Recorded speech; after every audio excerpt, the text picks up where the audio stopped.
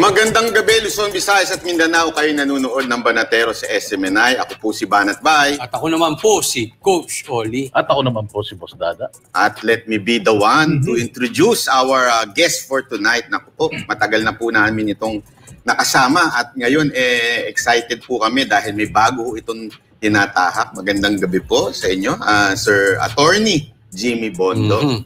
Magandang gabi sa Banateros.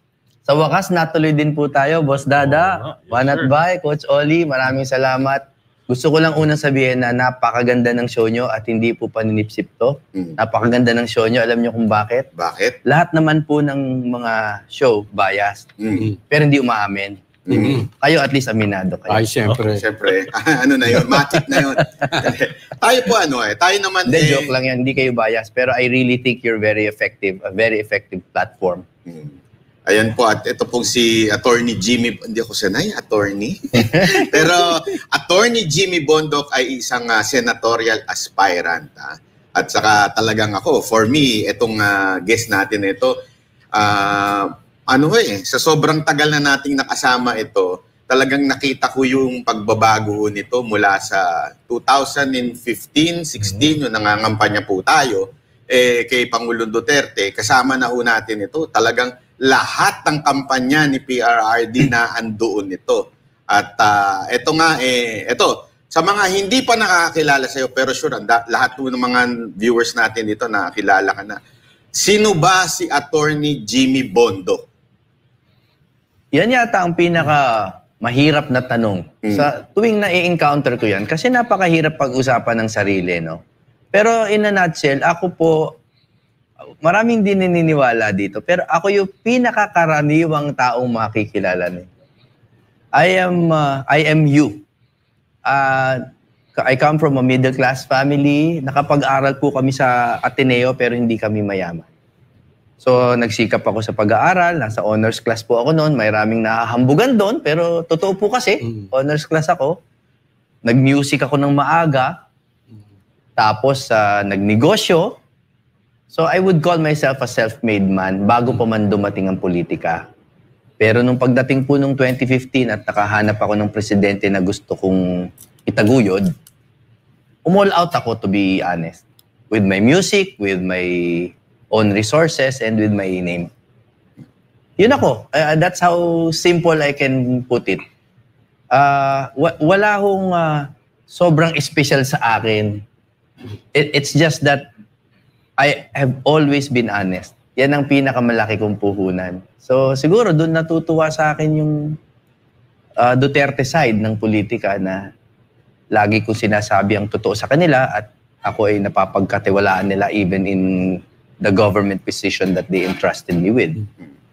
So yun lang po ako. Simpleng tao. Hindi ako naniniwala. Ang haba nung sinabi ko, tapos sa dulo, Hindi kasi ako naniniwala. Kasi alam nyo, itong tao to, talagang may prinsipyo. Alam nyo, hindi ho madaling sumuporta kay Pangulong Duterte noong 2015. Mahirap. Artist ka, kami ho natanggalan ng sponsor, natanggalan kami ng endorsement. Hindi po ako artista, I mean yung aking grupo, yung Mocha Girls, natanggalan po si Mocha, natanggalan po ng show. Dahil para magpolitika ang isang artist, gamble yun. At saka at the same time, at that time, wala pa, mababa pa ho si Pangulong Duterte noon. So, hindi pa, isa ho si Jimmy ho ang talagang nagsimula kasama namin na kahit mababa pa si PRRD, sinuportahan na namin and para sa bayan talaga. Kaya sabi kong hindi ordinaryo itong tao nito dahil nakita ko kung paano ito manindigan. At nakita ko rin noon, 2022, hindi ho biro yung pinagsamahan natin doon sa 2022. Dahil tayo ay nabatikos din ng sobrang-sobra doon, di ba? Noong 2022 dahil ang ibang sinuportahan namin. Kaya masasabi ko, ito yung tao na to may prinsipyo ho talaga. At isa pa sa prinsipyo hindi nito... Nabudol. Oo, hindi nabudol. Hindi nagpabudol. Ang isa pang prinsipyo nito, matindi ho dahil from musician, nag-abogas siya. Paano ang kwento nun? Kasi noon nagkikwentuhan lang tayo and as far as I remember, ang kwentuhan lang natin nun parang ina-encourage mo pa nga ako na mag-ano lang ng first year to second year. Tapos nagulat na lang ako, nakapasa ka na. Pero bago yung pag-aabuga siya, attorney, unahan ko nung kayo'y artist, mahilig po ba talaga kayo sa politika?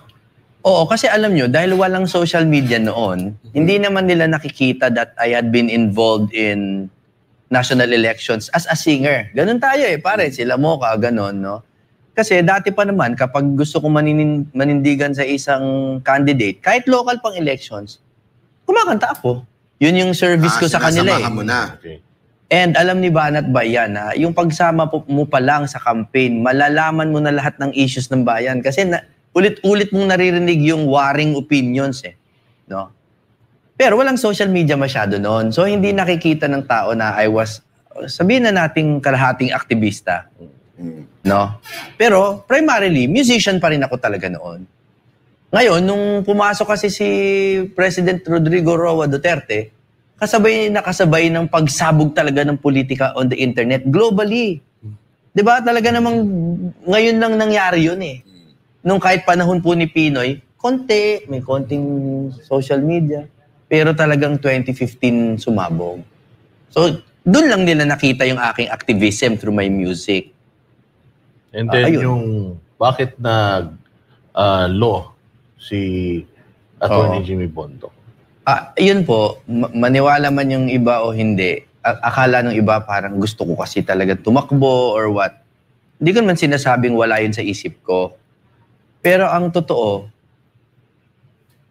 I was really invested in making the government better. At bilang isang plantilla position ako noon Hindi naman ako director kaagad Talagang trabahante ako Nuutusan ako sa mga relief operation and all that. Nakita ko na yung government really operates on laws. Puro batas talaga siya. Nakakasawa rin yung meron kang good intention tapos na-shopla ka ng abogado na hindi pwede yan. Kung ito po, hindi rin pwede yan. Ito na lang po, hindi rin pwede yan. So what you Dahil think, sa batas yun. Dahil sa batas.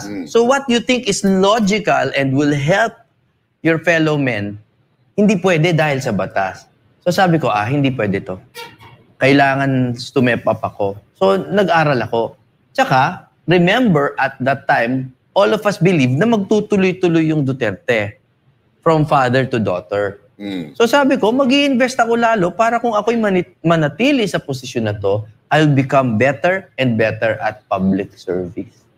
Kaya ako nag-abuga siya. It wasn't because gusto kong tumakbo. Oo. Nabudol. Pero yung sinasabi ni Attorney Jimmy na walang special sa kanya, isipin mo, hindi pa siya special niyan. Kasi nasa kanya yung mga gusto ko Guwapo. Yun. Magaling kumanta. Abogado. Yan yung mga pinangarap ko. But seriously kasi nababanggit ko to. Coach Oli, tinatanong, sino yung mga iboboto mo? Ako talaga, iboboto ko to. Si Attorney Jimmy. Salamat po, Coach. Una, sabi nga niya, self-made. Nakakabilib yung mga ganun. Ito, kasi pag galing ka sa wala, hindi ka spoil. Ano yan marunong... alam mo yung hirap ng tao. May may sariling palo yan, hindi yan weak. Kaya nakikita ko, pinapakinggan ko lang siya, nakikilala ko na Kaya pala ganito yung naabot niya. Kasi kanina nga tinatanong ko siya, paano mo nagawa yun na pagsabay-sabay mo tapos nag-aabugas siya ka? Mahirap yun. No? Kaya kung tatanungin ako, ba't ko iboboto? explain ngayon. Pero kasi na-explain niya kanina doon sa taas habang nagbo-buffet kami. So, ako, saludo ko. Ngayon pa lang, as early as now, Attorney Jimmy, pasok to sa atin. Salamat, Coach. Ang ibig ko lang naman talaga po sabihin, hindi ako nagpapahumble doon, yung karaniwan ako. Kasi po, hindi ito pagbubuhat ng bangko, pero lahat po kasi na kung ano ako naging, tinrabaho ko po talaga. Halimbawa po, nung grade school, kunyari, doon muna tayo, wala naman akong palakasan sa eskwela, pero para makapasok sa honors class, nag-aral talaga ako. May mga kaklase ako, parang ang natural nung math sa kanila, ng memory sa kanila. Ako, yung older brother ko, honors class. So, nung bata ako, sabi ko, kailangan makapasok din sa honors class. Nag-aaral ako. So, hindi masasabi mo na, kasi ganyan sa law school, may mga klase ako before na naglalasing pero kinabukasan May nakakasagot. ganun eh, may ganun. Ikaw, nadaan mo sa tiyaga, hindi ka, ibig sabihin, hindi ka talaga yung naturally... Alam mo, hindi ko kasi iniisip kung gifted ako o hindi. Kasi wala sa kamay ko yun eh. Nasa Panginoon Diyos yun eh. So, kung gifted man o hindi, it does not matter to me. Ang sa akin is, paano ko ba mararating tong gusto kong maging? Halimbawa po, nung bata ako, ito, medyo personal na, no? Kasi singer na ako ngayon. Pero nung bata ako, wala po akong falsetto. No? Hindi ako kasi paus na paus ako yung natural speaking voice ko. Ito, medyo baka hindi na interesting sa inyo eh. Pero wala akong falsetto. Tinrabaho ko yun, magkaroon ng falsetto, tapos nung nag-hit song ako na Let Me Be The One, yung falsetto yung nagpasikat doon. So sabi nila, ang galing mo naman, natural sa'yo yung falsetto. Sabi ko, hindi po natural sa akin yan, inaral ko yan. Witness ako dyan, oh, kasi nung tinuturuan ko siyang kumanta. Oo, coach. Oo, thank you. Oo, thank you talaga. Oo. Mga 50 years ago, no? Pero attorney, sabihin nung iba dyan, napakataas naman ang pangarap nito. Bakit senador kagad? Ba't hindi nagsimula sa mas mababang posisyon? Alam mo, hindi ko talaga maintindihan yung tanong na yun, no? Dahil para sa akin, ang Congress ay isa. Di ba? Congress is 2 houses. Wala namang inferior dyan. Di ba? Technically, dapat wala. Kasi kanya-kanyang duties yung bawat bahay. Yung lower house is, yung lower, hindi naman ibig sabihin mas mababang antas eh. Di ba? It's a figure of speech. Ang ibig lang sabihin ng lower is mas malapit sa tao kasi may mga constituents yan eh. Di ba? Tapos, doon pa sa loob ng House of Representatives, may 2 pang uri, district tsaka party list. So sasabihin nila, wag ka muna mag-district, mag-party list. Bakit? Mas mababa rin ba yung party list kaysa sa district? Pareho naman yan na merong nire-represent. Di ba? Tapos yung Senate, iba lang. Kasi ito, power of the purse to. Ito naman mas on international policies or national policies. So, saan nang galing yung, bakit dyan ka agad? Hindi ko mas mababa ba ang mayor sa senador? Hindi ko maintindihan yon. So, ang sagot ko po doon is, kung ikaw ay sasali sa isang karera, di ba doon ka sa palagay mong may panalo ka? Sa pag-aaral po namin, ang tingin namin, yung isang kauri ko, mas may panalo pa dito, kahit manipis. Mas may panalo dito. Kasi hindi single vote. Pag nag-party list ako, mas mahirap manalo. Single vote. District, may mga yan. May mga teritoryo yan. Sa Senate, I think I can actually win if on a platform. On a good platform. So, hindi po ako naniniwala na better chance at a quote-unquote lower position. Ganda. So sa pagdating sa platform na sinasabi mo, anong mga plano mong ipatupad o ipasa na bill kung sakasakali? Alam mo, yung matagal nating pinag-uusapan, no? At sa lahat ng interview na sabi ko na, ang number 1 talaga na problema ng Pilipinas, korupsyon. Pero, ang mga tenga po ng taong bayan, pudpud na kakarinig dyan sa anti-corruption. Kasi hindi specific, paano ba talaga i-curb ang corruption? Pag pinag-usapan naman ng constitutional change, allergic naman. Yung buong bayan takot na takot sa So what I can assure you is, our team, our legislative team, actually has a specific law, no? Hindi lang namin nire-reveal at ng detalye kasi syempre, unahan din yan eh. No? Of creating anti-corruption agencies na talagang independent, may kasarinlan, may prosecutorial power, may fiscal autonomy, na talagang kahit sino ka, makakapag-imbestiga talaga sa corruption. Kahit anong type of crime, basta damage to government and to the people. So, yun ang una. Kasi, right now, sasabihin lang, bakit meron namang mga... Diba, ombudsman, mga ganyan. Ombudsman, PACC. Well, yung mga anti, lahat ng anti na yun, crime na executive orders yun eh. No, hindi Republic Act. Hindi siya batas. It's executive order. So, halimbawa, yung kay Sir Greco dati, di ba, appointee siya. O pag gumraduate o pag tinanggal, walang i-appoint, wala na. Hindi, wala nang, it's a... Wala na, hindi natutuloy. It's dead. It's dead. Now, sa ombudsman naman, ano yan, di ba mapapansin mo yung mga organisasyon, mga PAOK, mga ganun, specific tasks. Okay. Ang kanilang tinututukan. May specialties, may expertise. Yun yung kaibahan nitong gusto namin itayo. It will be more specialized. No? So, yun ang una. Anti-corruption talaga. Hindi ba siya madodoble doon sa, specific? Anong kinaiba niya mismo doon sa ombudsman? Yung jurisdiction kasi ng ombudsman, yan, tinuturo nga sa law school yan, di ba, yung mga graft, bribery, other mga high crimes, damage to the government, 1 million and above, mga ganon. Pay class 27 pataas, may ano yan may ganon. Ombudsman tsaka sandigan, di ba? May jurisdiction Ito, mas specialized sa mga types of crimes kasi napakadami na ng uri ng krimen ngayon. Mas specialized yung gagawin nating mga agencies. Halimbawa, yung talagang sa mga, alam ko may mga money laundering na, di ba? Pero sino nga yung magpo-prosecute? Yung mag-i-investigate? Yun, ganon. Pasok ba dyan yung mga lawmaker na alam naman natin, ito ang pinakamatinding problema ng Pilipinas. Yan ang sasabihin ko. Ayoko sanang sabihin. Pero walang iya talaga. Ang galing mo talaga. Yung mga lawmaker na contractor. Yun na nga. Galing mo talaga. Amir mo na. Balik tayo sa batas, pare. Sino ba ang impeachable officers, di ba? Nasa President, Vice President, Ombudsman, Constitutional Commission, Judiciary. Wala doon ang congressman. Hindi impeachable yan. Okay. 2/3 vote yan, sila-silang magbabarkada. And again, I don't think masama or mabuti yon. That's the system. Hindi sila impeachable officer. So, theoretically, hindi po ito pag-aakusa. Pero lagi silang ligtas. Hindi. Oo Kasi nga, sino ano?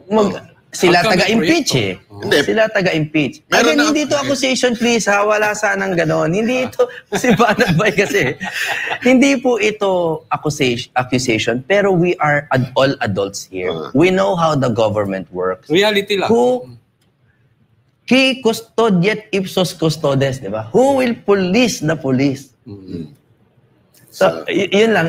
Natumbok mo. Pero again, we will make it very objective. Hindi naman ito witch hunt. Hindi ganon. It's to balance the powers.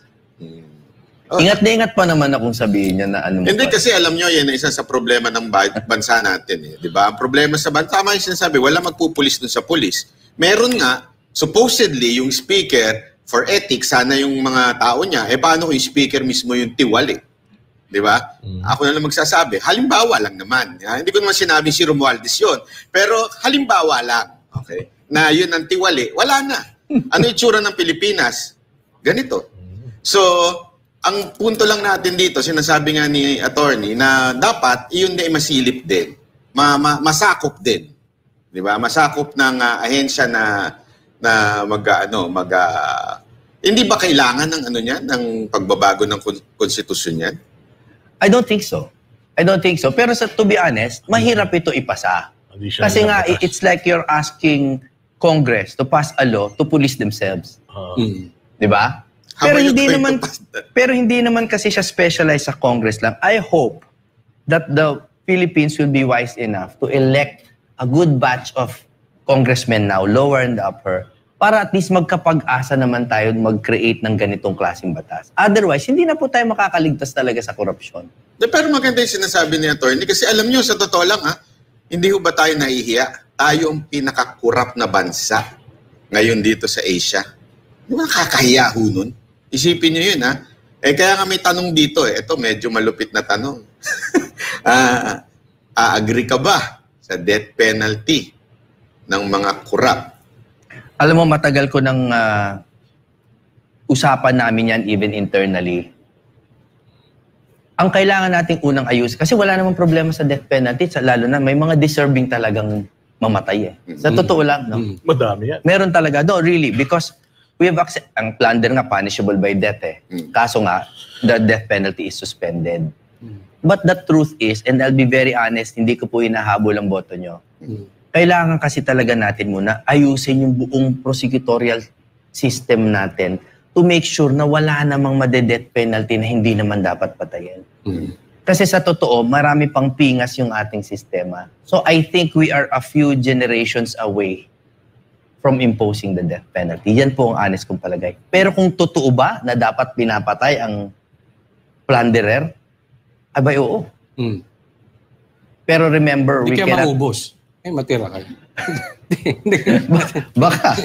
Baka. Hindi, maganda yung punto ni attorney yung kasing siyempre problema natin is, halimbawa, ang nakaupo ngayon. Yun sinasabi ko. Kaya tulad nga ngayon, di ba, pinalalabas ang mga kurap yung nakaraang administrasyon, hindi kaya kalaban. Hindi pwede na ipapatay. That's why it is important yung sinasabi ni attorney na yung bill na creating this agency independent. Yes. Of this administration or any administration. Dapat nga sana binoboto Yun ang gusto ko sana, no, kung makakalusot yun. Hindi appointed. Kasi pag appointed, salamat po. Pero kung binoboto ng taong bayan, hindi merong mandate of the people. Maganda yun. Tama yun. Iboboto ng mga Pilipino mismo. And by the way, I know how this sounds. It sounds lofty. But the problem is big. Yung corruption ay malaki. So anything short of changing the Constitution, no? Ito na yun. Kasi kung hindi, baguhin na nga natin para talagang mawala ng korupsyon. And again, that's not a guarantee. No? Pero kung hindi pa tayo ready i-change yung Constitution, we have to try to pass these laws. Kahit na medyo ambisyoso. Talagang... Pero dito naman tayo sa usual na tinatanong ng mga netizens natin. Kasi umay na raw sila doon sa mga artistang tumatakbo sa politika. Ano ang difference ng isang Jimmy Bontoc doon sa ibang mga na artistang nanalong senador at yung mga dating nag-aspire maging senador? Ako po, hindi ko inihahambing kahit kailan ang sarili ko. Dahil alam nyo po, ang hinihingi ko lang ay suriin nyo ako. Yun lang. Pakinggan nyo ko, suriin nyo ko, tingnan nyo yung track record ko. Kasi po, kahit nung nasa gobyerno ako, hindi naman ako nag-credit grabbing, hindi ako nag-post sa mga ginagawa namin. Kaya siguro maliit ang kaalaman ninyo tungkol sa akin. Pero ngayon nandito ako sa national stage, telling you my platform, suriin nyo lang ako, yun lang ang hinihingi ko. Pero hindi po ako maghahambing sa sarili ko. Bakit po? Ayaw na ayaw ko po yun, yung sasabing artista lang, or ganito lang, or bakit ba pag sinabi bang pare, mabait lahat? Hindi, di ba? Pero ang daming mabait na pare. Pero hindi porke pare ka, mabait ka. Di ba? Pag sinabi kang pulis, mabait ka ba? Nako. Sadali, coach. Ano lang relax. Hindi binabasa. Hindi, binabasa ka lang. Hindi, ang sinasabi ko, meron naman talaga nag-uphold, nagsiserve and protect. Meron.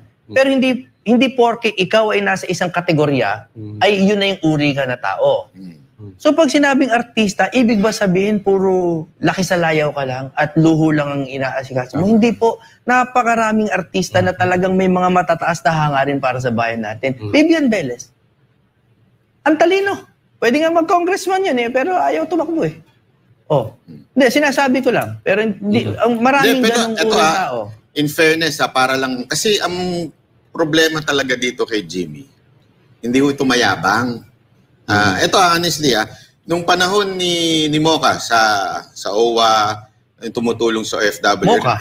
Talino yan. Remember dun sa pandemya, ang daming tinutulungan ni Mocha nun sa mga OFW. Isa sa mga hinihinga niya ng tulong nun, si Attorney Jimmy doon sa PAGCOR. Hindi lang kasi ito yung, ito yung may tatak Duterte na hindi yung mayabang na ilalagay yung pangalan niya o itong ginawa namin. Hindi ho siya ganun. Epal ba? Hindi siya epal. Talagang yung PAGCOR, basta PAGCOR, sige, tulong. Ang dami po naming nahingin tulong through Attorney Jimmy sa PAGCOR na hindi lumalabas. Kasi nga, tatak Duterte, tatak Senator Bongo. Di ba? Ganyan din si Senator Bongo eh. Yan yung pag yan pinagsama-sama mo, nung time ni Pangulong Duterte, yan lang naman ang tatakbuhan niya. Pag humingi ng tulong si Moca kay Senator Bongo, hihingi tulong sa PAGCOR. Kasi nandun ang pera eh. Tumutulong without, alam mo yun, na ina-announce. Kaya yun ang problema dito kay Jimmy. Kaya hindi masyadong napapansin. Pero sa totoo lang, ang dami ho na itong natulungan during pandemic at saka nung panahon na 6 years kang nanilbihan kay Pangulong Duterte. Ang dami ho. Kaya tama din yung sinabi niya, hindi porket artista. Hindi maayos, di ba? Kaya ito, isa sa mga, witness talaga ako doon. Ako, naniniwala ako, ito, baka sabihin nyo nang bobola ako. Halimbawa, si Banat Bay, matagal ko nang kilala. Pag yan, kunyari, tumakbo sa Kongreso at manalo, yung influence niya, yung kapasidad niyang mag-interpolate, mag-research, marami siyang tatalunin doon. Ako. Hindi, sinasabi ko lang, I'm not returning the compliment. Ang sinasabi... Makaka-Rolex na ako nun. Hindi, ikaw pa. Wala kang hilig sa pera. Hindi, pero ang sinasabi ko, pwede ko bang sabihin si Banat Bay, manager lang naman yan eh. Tama. Bakit?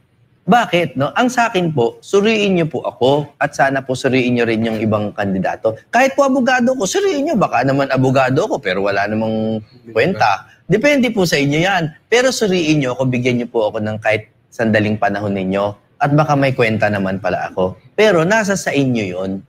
Actually, kanina naririnig na namin. Ngayon pa lang. Diba? Pansin nyo, ang dami na nating natututunan kay Atty. Jimmy. Actually, kanina nung napanako ako, kasi ang dami, tanggap ka. Tanggap ka nung, siguro, binabasa ko yung mga comments. Siguro, sabihin na natin mga DDS crowd or siguro marami pang iba. No? Pero makikita naman maganda ang tanggap sa'yo ng tao. No? So, anong maipapangako mo sa kanila? Kasi alam natin, sawang-sawa na ang tao sa budol. Na may pinangako, maraming sinasabi, pero pagdating ng nanalo, nag-iibang anyo. So, paano hindi pasisiguro natin na si Atty. Jimmy ay hindi ganun? Hindi ko alam kung paano ko yun maipapangako sa inyo. Pero kasi po, kuminsan nga, itong campaign team ko, pinagagalitan ako kasi hindi nila ako mabago eh. Kasi po, I really believe in just being authentic. No, na talagang kung sino ako, yun ako. Pero hindi lang po yun tungkol sa pagkatao ko. Tungkol din yun sa mga paniniwala ko na kung yan ang totoo kong paniniwala, sasabihin ko sa inyo yan. Magsasabi ako ng totoo. Halimbawa kayo, kaya maraming nanonood sa inyo, they believe that you will tell them the truth.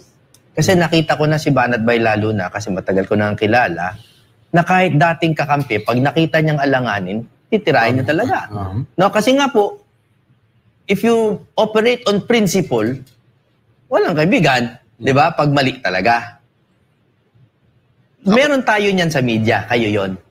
Pero, hindi ko alam kung meron tayo nun sa Senado. Yung talagang sasabihin sa inyong totoo, regardless of party lines. So yun po, ang pangako ko sa inyo siguro is I'll always be truthful sa inyo. Kahit na kung minsan damaging sa akin, I'll be truthful to you. Ako ang sasagot dun sa tanong ni Coach Oli. Hindi, alam mo, isang hindi nakakaalam doon sa iba. Etong si Atty. Jimmy, may takot ho ito sa Panginoon. Isang bagay ho ang alam ko ho dito sa tao nito. Kasi di ba, tayo dito sa SMNI, lagi natin inaano yan, righteousness exalts a nation. Napaka-importante niyan. The problem in our country is marami sa atin na malagaling na politiko walang takot sa Diyos. Iba ho kasi yun eh. Ang takot sa Diyos is integrity. Even if walang taong nanunood, gagawin mo. Ito yung isang bagay na alam ko meron si Atty. Jimmy. Yun, na ito, in line with that, sinabi mo na rin yun. Tanungin kita, kilala ka bilang Duterte supporter. What if naging senador ka, kaalyado mo yun, Duterte yun, may nakita ka mali, pupunahin mo ba? Short answer, oo. Oo. Pero kasi po, ang problema kasi sa pagpuna ng ibang tao, hindi pa nila alam yung buong kwento, nakikipagpunahan na. Ang kwento po, lalo na sa legislature, layers and layers of information. Kailangan aralin mo muna bakit siya ganito yung stance niya, bakit siya bumaliktad dun sa dati niyang sinaba. You have to understand the law and you have to understand the politics behind it. Kasi naiintindihan ko po, hindi po ako purist ha. Naiintindihan ko yung realities of government na kung minsan there are two bad ideas, no? Pero talagang kailangan mo mag-side sa isang lesser evil. That's lawmaking. No? Ganun yun. So, short answer, yes, I will correct them, but through the proper channels. Baka naman gumawa ka na ng malaking gulo, yun pala, meron naman pala siyang dahilan na mahaba-haba na kumbaga sa chess, kinain niya, 4 steps ahead na siya, nahuhuli ka pala pero nagmamarunong ka. So, kailangan po talagang pag-aaral. Ito, mga controversial na issue. Ikaw ba'y pabor o hindi? Divorce. Dalawa kasi yung issue sa divorce. Divorce as a concept and the divorce bill as it is presented now. Okay? Divorce as a concept, tsaka natin pag-usapan. Yung divorce bill kasi, binasa ko. Which, ano to? Lower o yung sa Senate? Yung sa Senate. Okay. Kasi, i-consolidate pa yun, di ba? Pero, ang tingin ko, ano ba ang purpose ng Pilipino kung bakit nila gusto magka-divorce? Ang gusto nila, dumali, maging mas mura. Tama? Yun din, more or less, di ba, in layman's terms. Binabasa ko at sa akin pong legal opinion, hindi naman dadali. Hindi naman dadali. Parang nagkaroon lang ng... Marami magagalit kasi may mga iba strong proponents talaga of the divorce bill. Sa divorce bill, hindi dadali. Tingin ko hindi dadali. Mumura. Kasi tingin ko hindi. Kasi you will still need lawyers unless nga may provision doon yung mga ang real and personal property nila aggregate is less than 5 million or less. Magkakaroon sila ng parang court-appointed na lawyer. Pero other than that, hindi naman dadali. Parang iniba lang yung pangalan. So ang sa akin,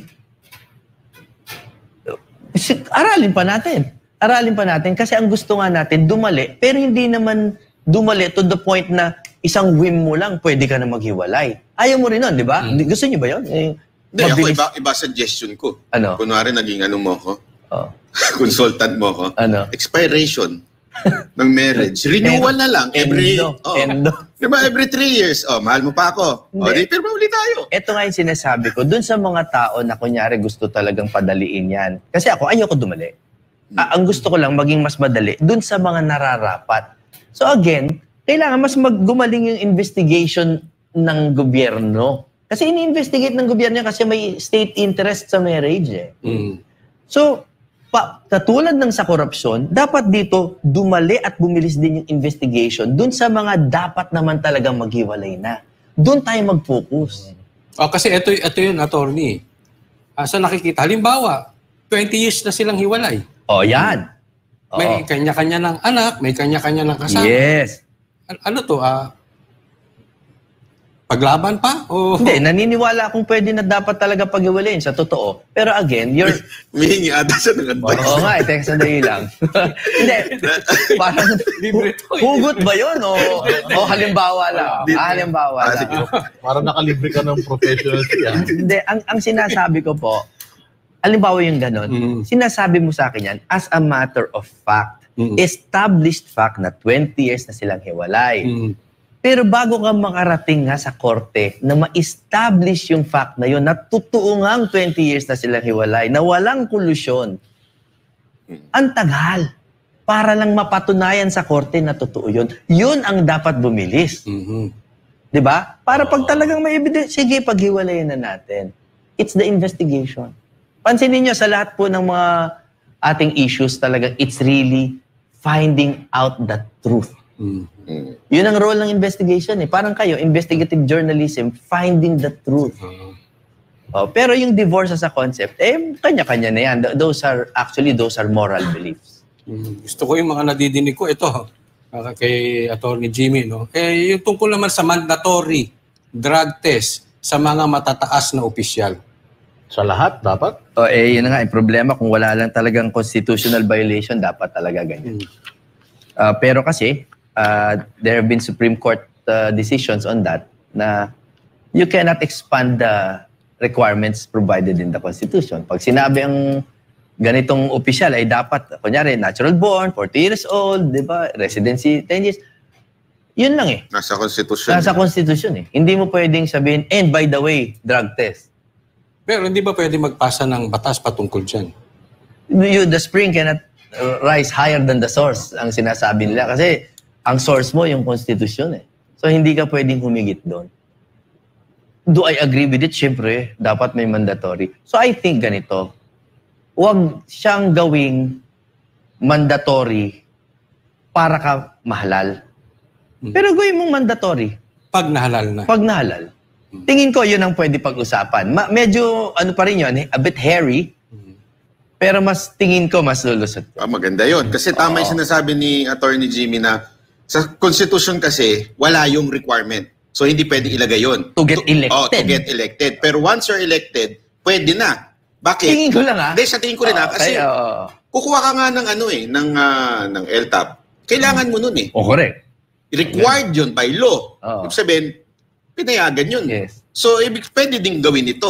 Sa tingin ko lang ewan ko, sa mga abogado, na pwede rin i-require after. Siguro. Maybe not. Maraming magagaling na abogadong tututol dyan. Pero sa palagay ko, at the very least, it's arguable. Pwede natin pag-usapan. Pero yung to make it an electoral, yung requirement, hindi talaga. Hindi talaga lulusot. Constitution eh. Pero itong pag nakaupo na, hindi ka pwede. Kasi minsan, di ba, parang unfair, no? Mag-a-apply kang security guard, mag-a-apply, mag-OFW ka, subukan pa yan, di ba? So, yung mga mag-a-apply ka, tinitingnan mo yung drug test, tapos itong mga matataas na opisyal, kung gumagamit, medyo unfair. Oo eh. Tsaka, for the safety of the office and the people in it, hindi ba dapat ipa-drug test, di ba? Yun. Again, itong attorney, yung mainit din na usapin ngayon, same-sex marriage. Or SOGI bill. SOGI bill. Oo. Yung same-sex marriage, wala akong nakikitang resolution dyan sa mga, given our very Christian-dominated country. Pero sa nakikita ko, ang hinahanap naman talaga nila legal recognition eh, hindi naman religious. So kung sa legal recognition, bakit hindi ibigay? Yun ang sa akin. Alam mo, ang laging compelling reason dyan, yung mga namamatay na, tapos gusto magpaalaga sa partner nila, tapos hindi pwede pumasok sa ospital dahil hindi yun yung legal partner. Bakit? Bakit? But again, ang daming i-amend na laws dyan. Pati sa succession, halimbawa, hindi mo basta mapamanahan yung 20 years, 30 years mong kinasama. Then you'll have to amend the family code, you have to amend the civil code. Mabuhok. Pero in essence, of course, I believe na dapat bigyan sila ng legal recognition. Huwag na natin habulin yung sa religious kasi nga separation naman talaga ng church and state. Huwag na natin guluhin kasi it doesn't help their cause. Pero legal recognition, property, rights, bigyan nyo na. Nagmamahala naman eh. Okay, isa pa sa mga nasa puso ni attorney yung pagdating sa issue ng mga celebrity, artist, musician, meron ka bang plano na bill or na ipasa para matulungan itong natin? Ako tawag ko dito, dying industry, music industry natin. Yes. Dahil personally, hindi na tayo nag-advance pagdating sa music industry natin. So, meron ka bang magagawa para sa kanila? Alam mo, in one word, magliliwanag agad ang mata ninyo dito eh. K-pop. Oo nga eh. Diba? In one word, it explains everything what music can do to bringing a country to the global stage, improving tourism, economy. It's an economic force. It's a labor force. Pero ang di natin na naiintindihan is bago magkaroon ng silbi yung labor force na yan sa atin, kailangan natin sila i-organize. They're not even organized. Tapos sasabihin ng iba, hindi, may mga commission naman, may NCCA, may mga ganun. Oo nga.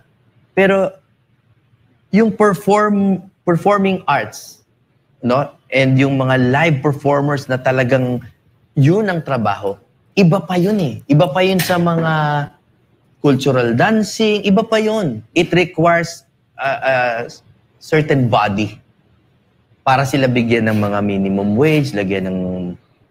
yung parang ginawa nila dun sa mga artista, yung Eddie Garcia Bill, law. Di ba? Meron ng ganon. Pero ang artista, iba pa yan sa musikero. Iba pa yan. So again, specialization ang kailangan gawin ng laws para hindi tamad. Huwag tamad lawmaking. Gumawa tayo for real groups of people. So ako, ang alam ko, yung musikero. I know how to optimize them. No, I know what they need. So, yun ang gagawin kong batas. So, ano yun? Una, gagawa ka talaga ng body. Ng body that will take care of their needs. No, mag-i-establish ng mga kung ano yung working hours talaga ng isang... Kasi contractual sila eh. Hindi naman yan magpapa-employ sa restaurant eh. Pero everywhere you go, may singer. Diba? Sa campaign, kumukuha tayo ng singer. So, dapat isa-isahin yun kung ano yung working hours, kung ano yung rights sila, kung ano yung minimum wage, para hindi sila nagpapatayan sa pababaan sila ng presyo hanggang sa bumababa na tuloy yung antas dahil pamura ng pamura, dahil doon na lang tayo sa isa, 350 lang sinisingin eh. Actually, ano yan, Tony Jimmy, underpaid nga yung mga musicians natin. Let me qualify. May mga iba, underpaid sila kasi may nag-undercut. Sila rin ang pumapatay sa sarili nila. Pero hindi dahil masamang tao sila, they just want to work. So halimbawa ito, ang presyo niya, halimbawa 1,000 talaga or 2,000, magaling talaga siya. Pero meron talagang baguhan na pumapasok. Naniningil, profession yan ha, trabaho yan, trabaho, hindi libre ha, hindi freedom of speech tong issue. Naniningil, 350. Ito, sige na nga, magti-350 na rin ako. 200 ako. Patayan na. Patayan na. Yung sinasabi po ni Atty. Jimmy, yan yung 350, yan yung isang tao. Isang tao. Nagsiset ng 3 sets kada gabi. Correct. Hindi yan yung makatulad nila Atty. Jimmy at nilang Mocha Girls, no? Iba yun eh. Pero yung mga... Isa pa yan, may classifications yan. So, tama yan, naging problema. Kaya karamihan ng mga magagaling na hindi kilala, nag-abroad. Alam natin yan, biyahe. Correct. Kasi ibang sahuran pagdating doon. Correct. So maganda to, makakatulong. Pero ito, tanong ko, yung Senate inquiry, kasi pakinggan natin si Atty. Jimmy, ang galing na magtanong. At usong-uso itong Senate hearing, Senate inquiry, kung ganito sana yung mga magtatanong, plus sa atin yan. Kung ganito mga Ayaw senators. mo si Tiberos? Ay, naku, hindi. Lalong ayaw na ayaw. Kaya diretsuhan. Pero, anong stand mo ron? Doon sa kasi in aid of legislation na ngayon parang nangyayari, ito ay chismis at saka trial by publicity ang nangyayari ngayon. So anong stand mo dyan? Dapat ba ituloy ang Senate inquiry na yan or bawasan para maiwasan yung grandstanding or yung aatakihin or gigipitin yung mga political enemies? Ibalik natin sa konstitusyon kasi ano yan di ba sa Article 6 legislative, di ba? Department. Section 21 yan Sikat na sikat yan. Hindi ko naman memorize ang Constitution. Pero yan, minememorize yan. Yung the Senate or the House of Representatives or any of its respective committees may conduct inquiries in aid of legislation in accordance with duly published rules of procedure. Parang ganon. Yung second sentence ang importante. Diba? Yun ang pinaka-importante. The rights of persons appearing in or affected by, ulitin ko the rights of persons appearing in or affected by such inquiries shall be respected. Diba? Nakalagay doon. Yun yung batas. Yun yung batas. Para sa akin, self-executing na yun. Para sa akin, batas na yun. The problem is, i-hearing ka pa lang na medyo baseless at walang in aid of legislation. Na-violate na yung karapatan mo. Violated na. Bakit? Kasi walang proposed legislation. Hindi ka duly informed na eto po kasi yung we are trying to amend, let's say, RA 3019. No? Kunyari, we're trying to amend RA 3019 and we'd like to ask you about this. O yun, at least may in aid of legislation. Ngayon, they're not even trying. Hindi man lang nila tayo pekein man lang na may batas kaming ginagawa. Yan yung actually yung sinasabi ni Congressman Marcoleta diba? Na dun sa Quadcom. Although it's not the Senate. Wala pang batas Wala. Dapat may batas na pinaplano. Bill. Diba? Na bago, yun na nga ang problema. Hindi sinusunod. Balik tayo dun sa sinasabi ko kaninang anti-corruption na agencies na pwedeng magpulis sa mga congressman. Because I think, and this won't be popular, papagalitan ako ng political officers ko dito. Pero, that's what I mean. Now, when it is the lawmakers violating the laws or the Constitution, wala namang makapagpulis sa kanila. So, kasali yun sa coverage nung dapat na body na ganoong gagawin natin. Kasi ang problema nga ito yung iharap ka pa lang doon, that public scrutiny and that shame, wasak na buhay mo Pero sinabi, the rights of persons appearing in or affected by such inquiries shall be respected. Shall. Pero hindi naman nare-respeto yung right nila to privacy. No? So, wasak ka na just by appearing. So, bakit hindi natin baliktarin? Bakit hindi executive session muna? Tingnan muna natin kung meron man lang basis talaga yung inquiry na yan. Bakit hindi magkaroon ng parang, kumbaga parang may fiscal muna to see kung may probable cause. Parang something like that. Meron ba tayong batas talaga na pag-uusapan? O kami ba'y talagang ipopolitikahin nyo lang? Kaya napaka-importante ng iboboto ninyong senador. Kaya kasi natin ito dinidiscuss dito is to educate us na wag lang tayong boboto dahil lang sikat, mukhang may pinaglalaban, katulad ni Ontiveros, pero kita nyo naman mag-perform. Hindi ito sa totoo lang hindi naman sa kitang-kita nyo naman siguro kung sino ang mas may utak sa tumatakbo ngayon at yung mga nakaupo. Pasensya na, pero katotohanan lang po ito. Ang linaw po nun sa batas natin, di ba? Yung respect. Ito nga si Ontiveros, pinapatawag pa lang, criminal ka na Di ba? Tinatawag ka na kagad fugitive. Paano pa yung salitang respeto doon? Correct. Sa sinasabi nga ni Attorney Jimmy. Kaya napaka-importante na tamang tamang kandidato ang ating ilagay po sa Senado. Napaka-importante po niyan. So, isa nga pang tanong dito, aside from that, di ba, ngayon, ang isa sa mga usapin pa rin, di ba, patungkol dito sa pagbabago ng konstitusyon, diretso na natin. Are you in favor or you're not in favor? Matagal ko na namang sinasabi yan, talaga namang that is 30 plus years old, di ba? It's the oldest constitution of any democratic nation. Unamended, no? Unrevised. So, doon muna tayo sa general sentiment, no? Ang iniisip lagi ng mga opposers ng charter change is, pag pinaltan yan, parang yung inapi yung mga idol namin. Yung sila Cory, yung mga ganon. Hindi.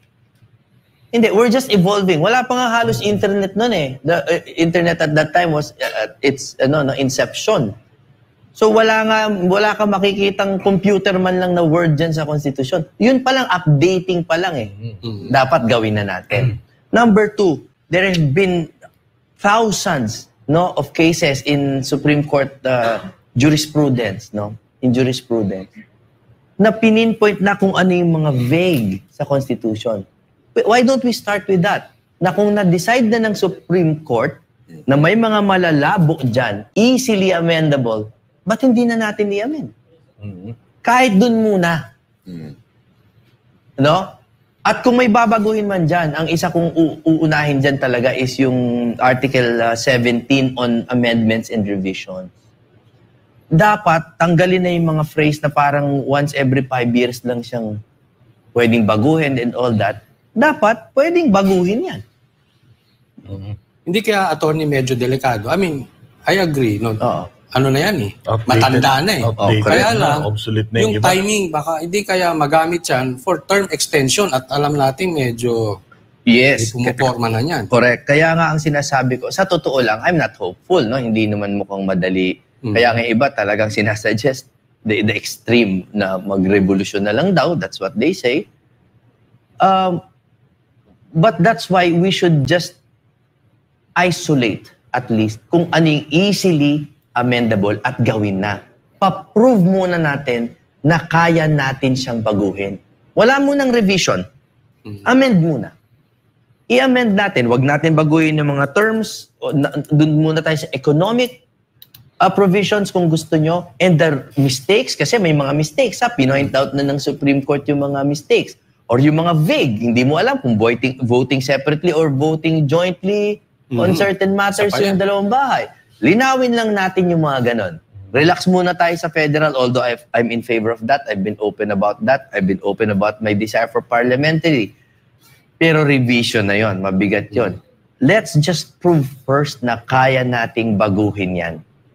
Kahit yung mga obvious. Baka may magliwanag. Isa na dyan, yung freedom of the press. Di ba? Kasi parang yung mga vloggers, yung iba, hindi nila kinoconsider as member of the press or media. Correct. Bakit hindi? Pamamahayag naman yon. Di ba? Yung stuff like that, yung mga dapat... Actually, yan nga yung sinasabi ni Attorney Jimmy, yung may jurisprudence patungkol doon sa crime aspect ng libel. Meron ng decision ng Supreme Court dyan na hindi dapat yan na as crime. Pero ngayon, yun pa rin ang lagay nung yung libel na yan. Alam ko yan, familiar ko dyan eh. Marami tayong ano dyan. Ikaw? Sa libel? Ay, ganun ba? Ano ko lang eh. So, ibig sabihin, ikaw ba? Sa tingin mo, ang libel dapat i-decriminalize? Yes. Pero kasi, iba naman yung... kasi iba yung fighting words eh. No?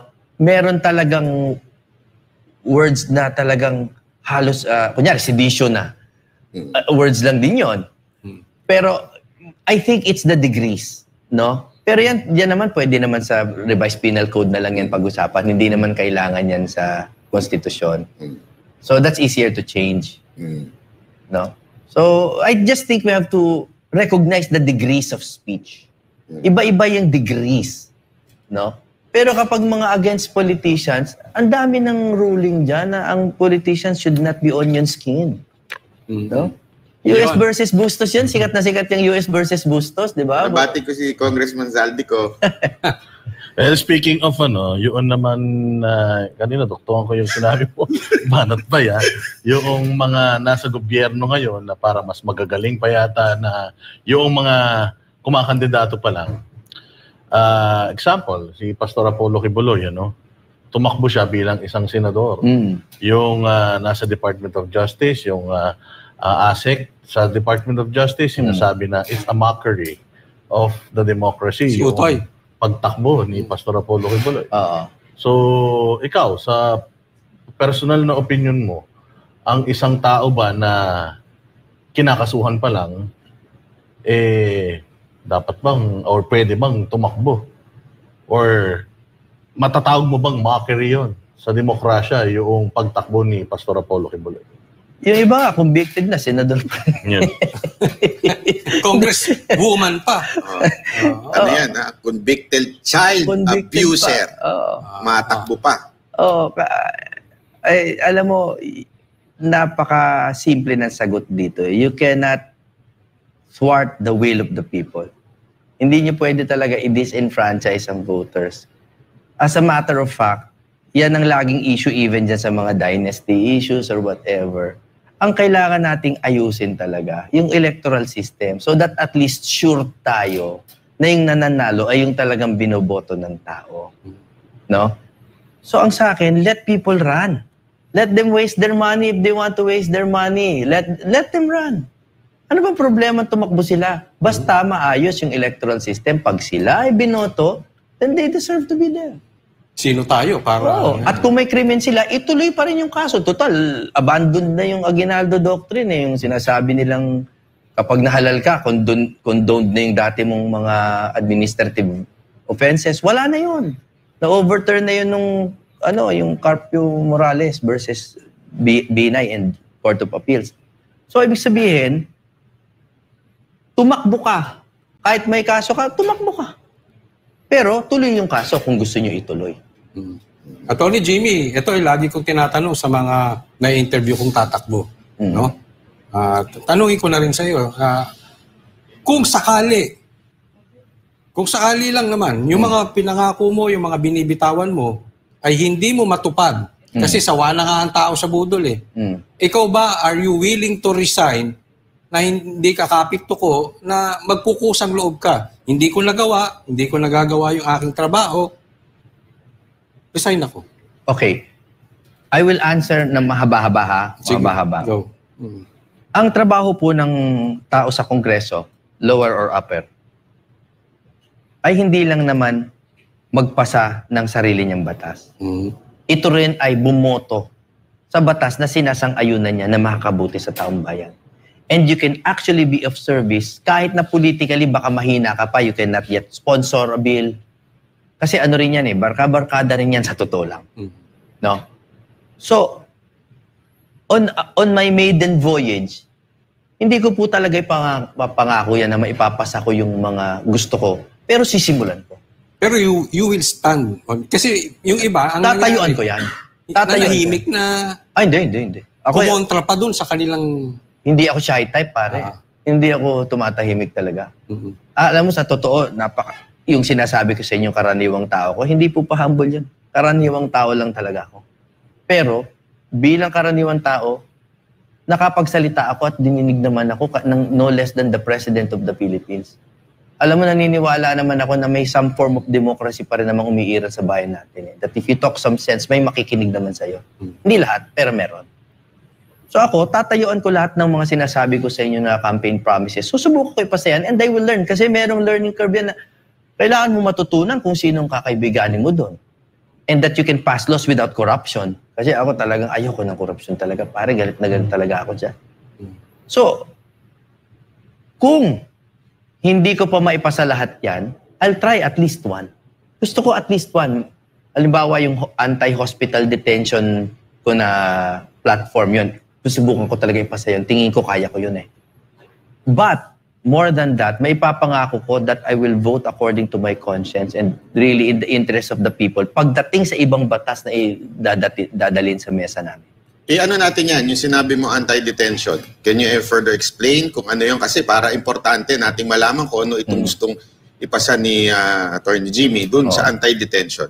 Alam mo, buti pala nabanggit ko, akala ko nabanggit ko na kanina, nasa ibang interview pala yon. Yung nasa PAGCOR ako po yung sa Corporate Social Responsibility Group. Community relations yan. Yan po yung nagbibigay din ng tulong sa mga may sakit, may ganon. Halos lahat yan natulungan talaga ng Duterte administration. Pero ang hindi ko matulungan noon, yung mga nakakulong sa ospital. Dahil, halimbawa, puputok na yung appendix mo, pumunta ka sa public, puno. Punta ka sa private, mamamatay ka na eh. Bill mo, 300,000. Di ka makabayad. Di ka pa uuwiin.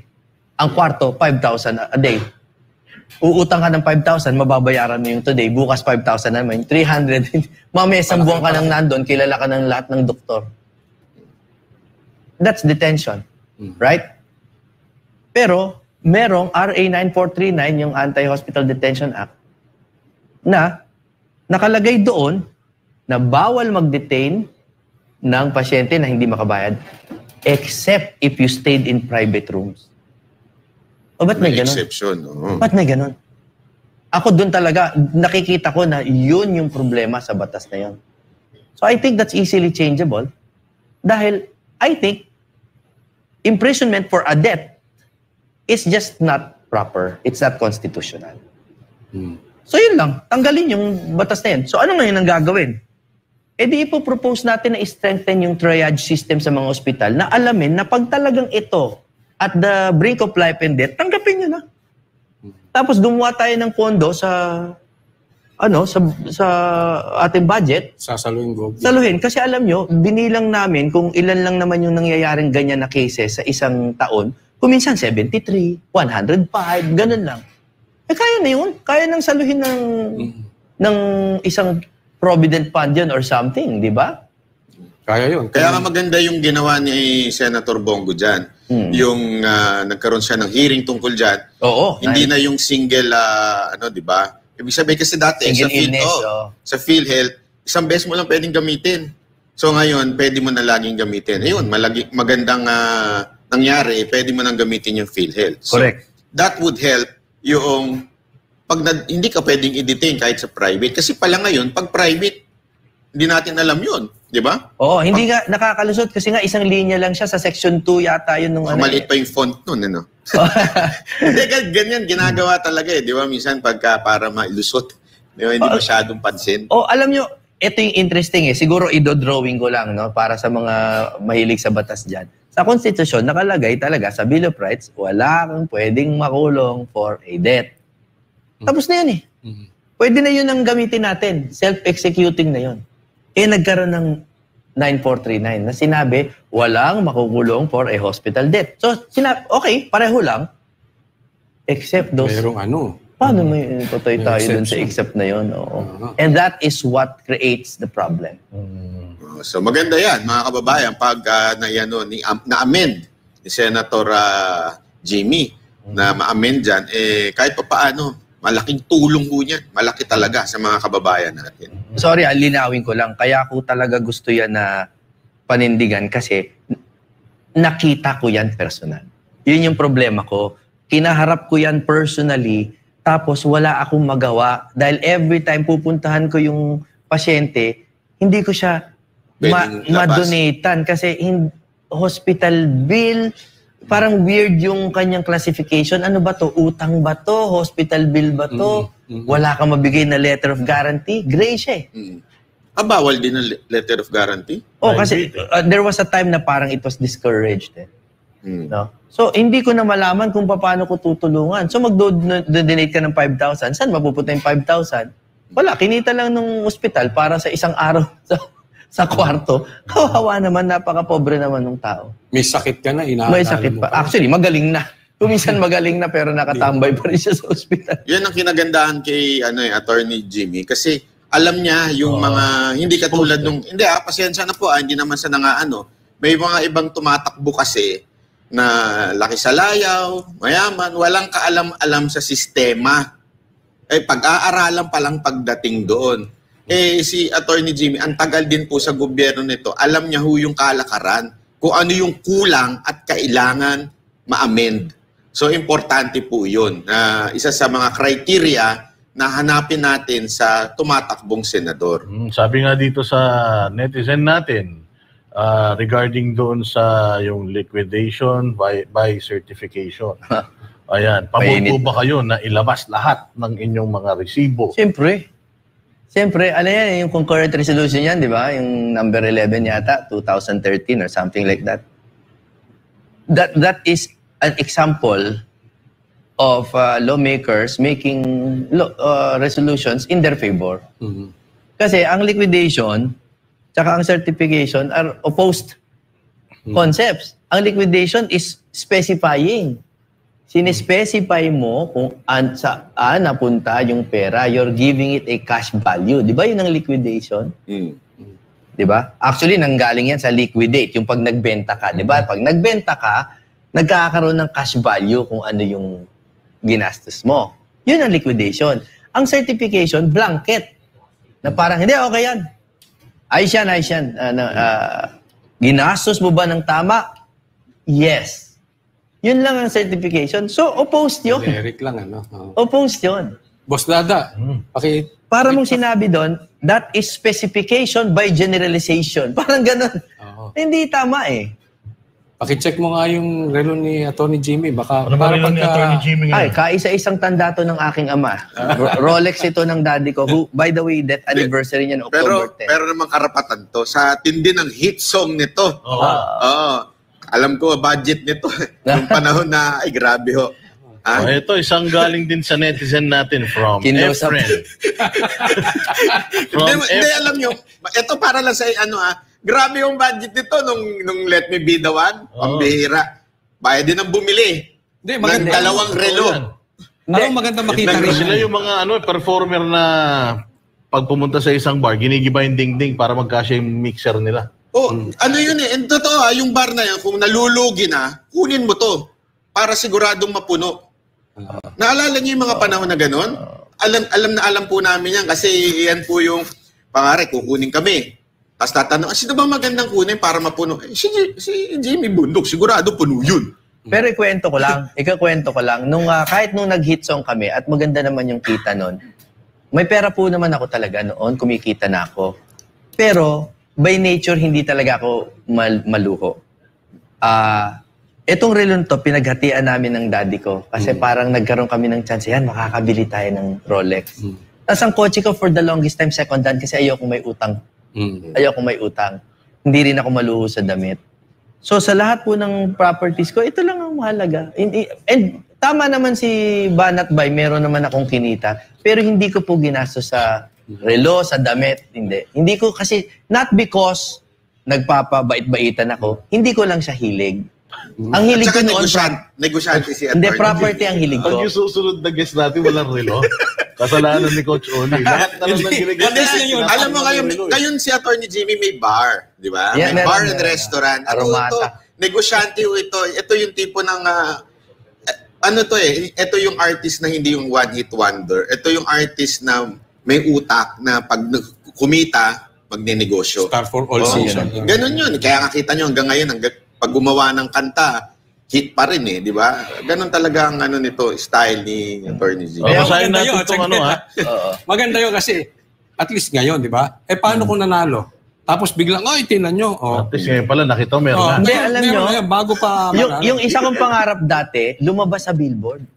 Kasi sino bang hindi nangarap na lumabas sa Billboard? Correct. Tapos lumabas ako noon dati sa isang concert, kasama ko yung mga acoustic. Tapos nakaganyan ako. Suot ko na tong relo na to, 2004, 2005, nakaganyan ako. Hindi ko naman sinadya, dahil sinusuot ko lang siya lagi. Tapos ang dami nag-text sa akin. Pare, nakita ko sa EDSA Billboard mo, hanip yung Rolex mo. Parang ganun. Hindi ko siya sinasadyang mapansin. Pero katulad mo, pinansin mo pa rin, ano? Mahilig kasi sa relo to Hindi. But what I mean is, ang tagal ko na po talagang nito. Tapos nung nawala na si Daddy, ito yung natira kong... Kaya relos kasi nga, di ba, sa social media, syempre taong social media kami. Kumakalat doon yung mga congressman. wala na kayo makikitang iba sa akin. Ito na. Ito na. Yung Bishop, na grabe yung Mercedes-Benz. Dati, late-late ng ikapunong church niya. Grabe yung Sana nga, may makita pa kayo sa akin. Dating teacher. Ang gagan. Dati tricycle lang, naka-artista ba na? Naka-chinelas.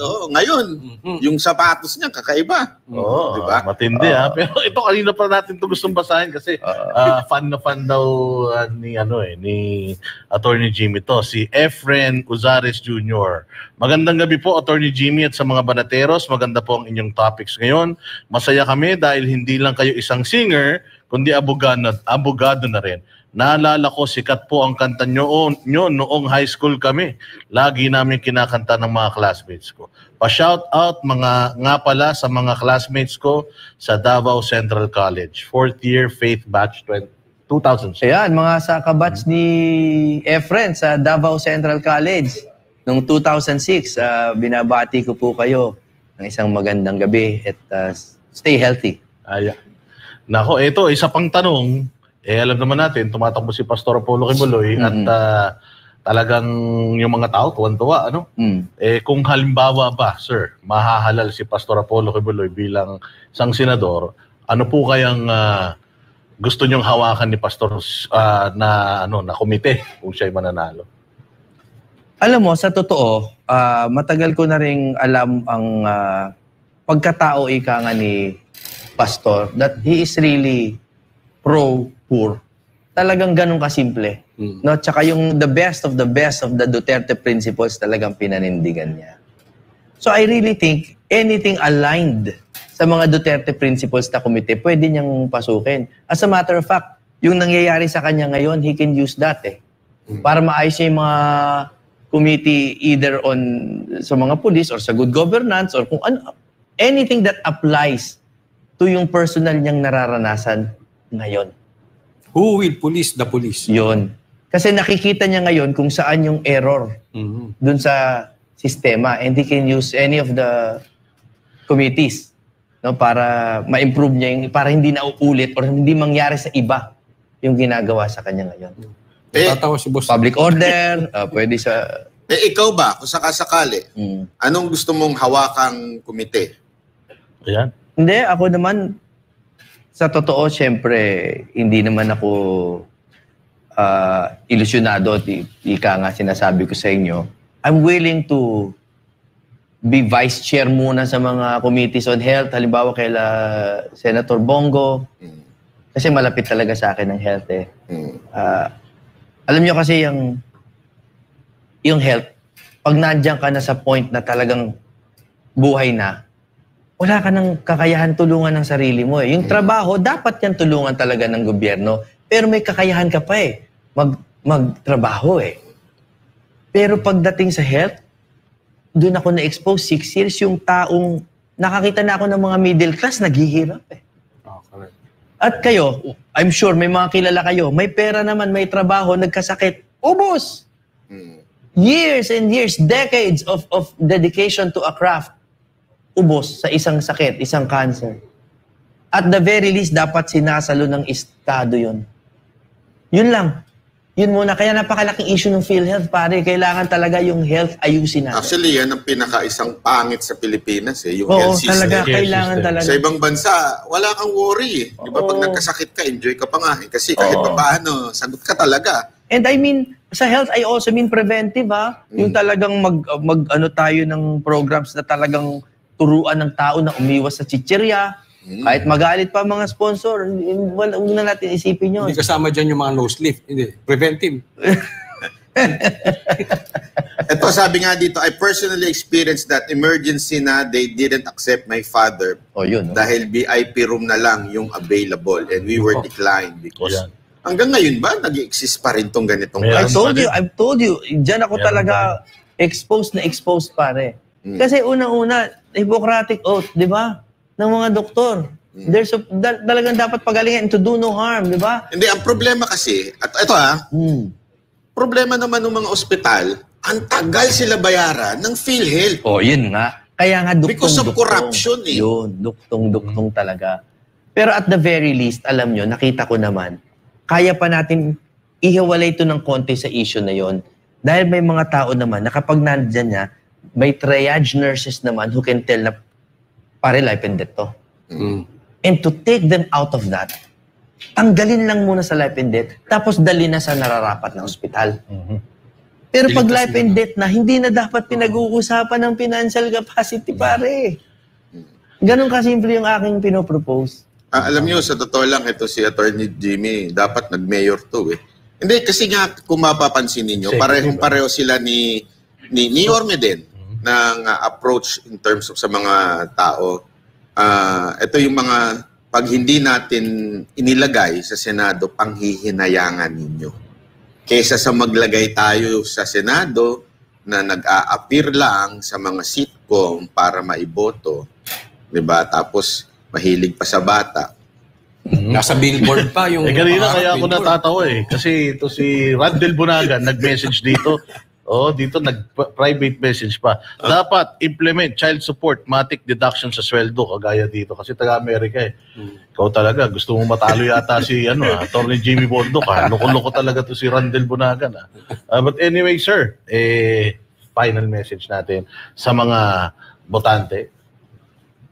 Una sa lahat, nagpapasalamat ako sa Banateros at sa SMNI for really fighting against the current.